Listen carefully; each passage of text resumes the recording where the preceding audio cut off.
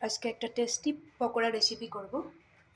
এখানে আমি বেসনটা একটু জল দিয়ে গুলিয়ে রেখেছিলাম, সাথে একটু লবণ দিয়েছি, আর কিচ্ছু দেই নাই। ভিডিওটা বেশি লম্বা হয়ে যায় বলে বেসনটা গুলাটা দেখায় না।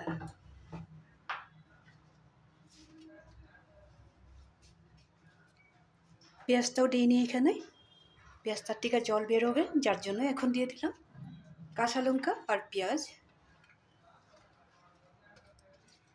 এখানে আছে কয়েকটা পুদিনা পাতা আর কারি পাতা, ধনে পাতা। বাস সবগুলো জিনিস দিয়ে দিলাম। লবণ তো দিয়েই রেখেছিলাম, একটু হলদি পাউডার দিব।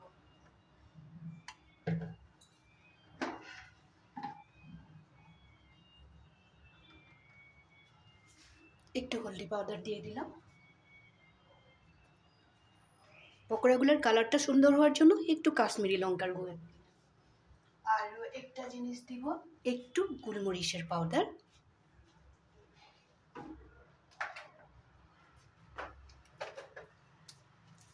এখন আমি সবগুলো জিনিস মাখার আগে একটু সরষের তেল দিয়ে দেবো।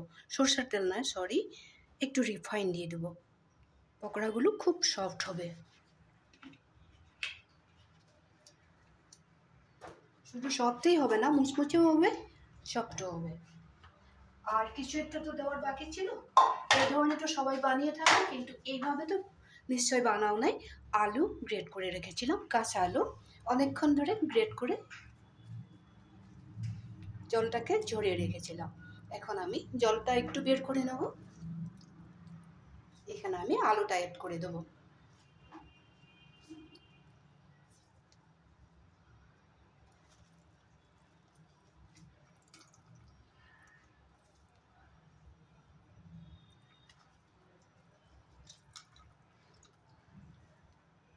এতটাই আলু দিব, আর দিব না। এখন আমি সবগুলো জিনিস সুন্দর করে মেখে নেব। সবগুলো জিনিস আমি সুন্দর করে মেখে নিলাম। এখন আমি একটা ফ্রাই প্যান বসিয়ে দিলাম। এখানে আমি দেবো সরষের তেল। আমি সরষের তেল দিয়ে পকোড়াগুলো বানিয়ে নেব।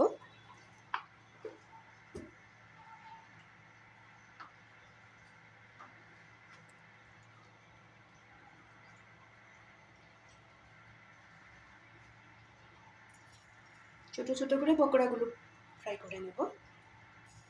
এই সাইজে করব, তবে আলুগুলো সিদ্ধ হয়ে যাবে।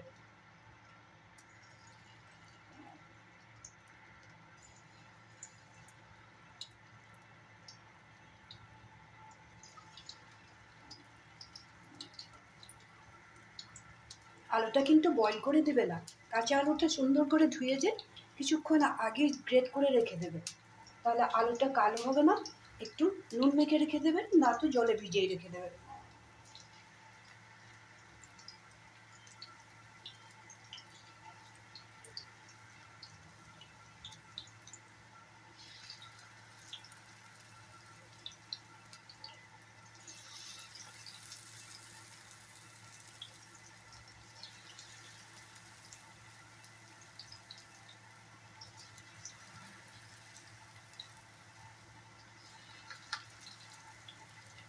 সব তো দেখিয়ে দিলাম। এখন আমি পকোড়াগুলো খুব সুন্দর করে ফ্রাই করে নেব।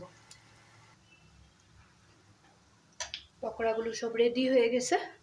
এখন পকোড়াগুলো তুলে নেব।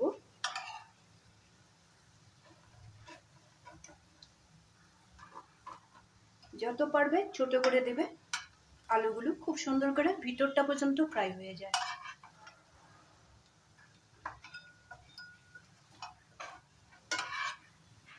এইভাবে করে একদিন খেয়ে দেখবে। সন্ধ্যার সময় যদি কিছু খেতে ইচ্ছা করে না, এইভাবে বানিয়ে নেবে। বেসনটা আগের থেকে একটু গুলিয়ে রেখে দেবে, তারপরে আলুটাও এইভাবে গ্রেট করে রেখে দিবে, পেঁয়াজটা একটু বেশি করে দেবে। সব কিছু তো দেখিয়ে দিলাম। কাঁচা লঙ্কা, পেঁয়াজ, একটু গোলমরিচের গুঁড়া দিতে ভুলবে না, আর একটু কাশ্মীরি লঙ্কার পাউডার। কালারগুলো খুবই সুন্দর হয়। গ্যাসটা অফ করে দিলাম।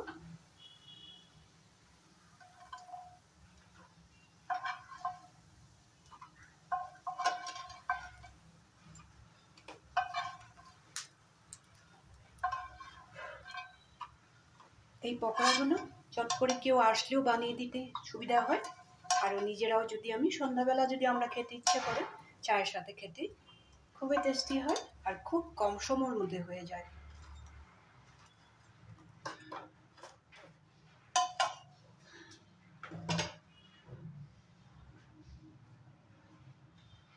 পেঁয়াজ স্লাইস করে রেখেছি, সাজিয়ে নেব। দেখতে ভালো হয় যখন, তখন খেতেও খুব ভালো হয়। আর যদি খুব সুন্দর একটা টেস্টি জিনিস যদি দেখতে ভালো না লাগে, খেতেও ইচ্ছা করে না। এভাবে তোমরাও বাড়িতে বানাবে আলুর পকোড়া। যদি ভালো লাগে তাহলে একটা কাজ করবে, লাইক শেয়ার তো করবে, সবসময় আমার সাথেই থাকবে। আর কমেন্ট করতে একদমই ভুলবে না, বানাবে কিন্তু প্লিজ। তাহলে রাখি।